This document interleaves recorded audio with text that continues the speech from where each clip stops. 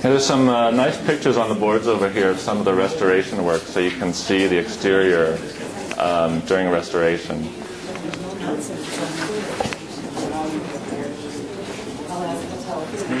So your icebox? Yeah, I guess that's the icebox they're going to use. And some of the toilets.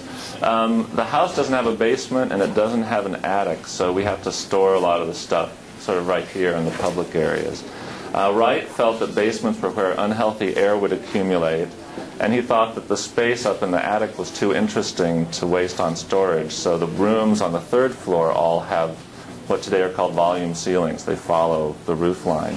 And also the room upstairs, that the higher part in the middle is part of what normally would just be attic space too, that's been brought into the room. And that was another way that Wright was able to keep the profile of the house a little lower, was by incorporating attic space, which normally is not part of a room, into the rooms. Does it also have a safe? It does, right there.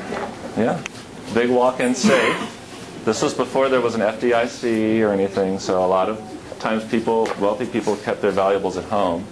And it's interesting, this had been covered over with bookshelves for many years, and we tore those out as one of the first things we did because we knew they weren't original. And the safe was locked, so we brought somebody in to open it up, and we were hoping, there'd be something in there.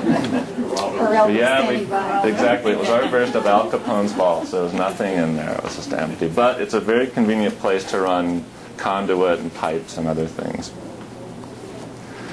That's the original icebox? No, that's one that we found that we hope will. Yeah, if the original icebox had survived, that would be kind of amazing. The original is 3 doors wide, and it's 2 doors wide, but it's pretty close. Yeah. Well, next thing we're going to do is we're going to go into an area where we don't usually go, into this. It's called the Wine Cellar.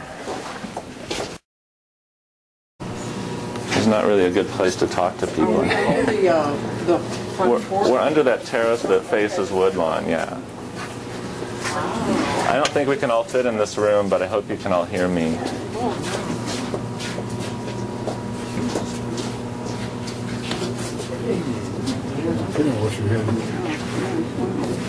Barry, do you know anything? People ask me sometimes, and I can't remember what they say, but I think they call it, was this spool and knob, the electricity?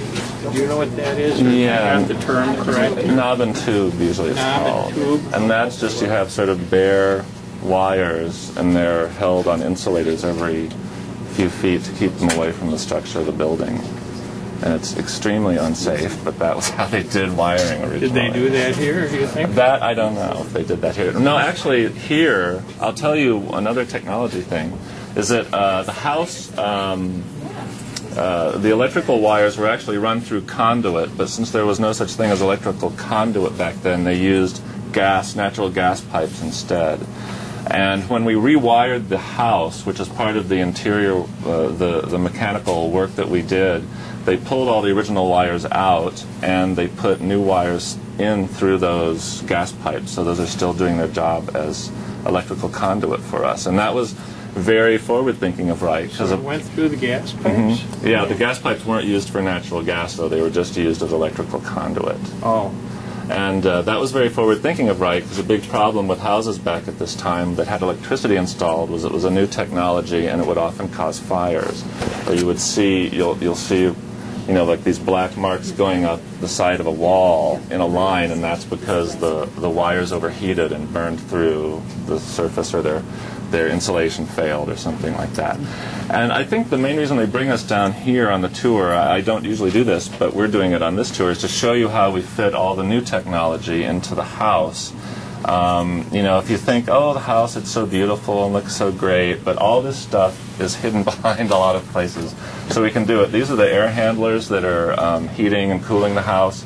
The air handlers are all hidden. They all also have steam generators in them so that we can maintain constant humidity. There's not a lot of structural interest down here. We did have to put, as you can obviously tell, a new concrete slab above us. This is that porch, or the terrace that faces Woodlawn Avenue to the west. We're right underneath that right now. Yes.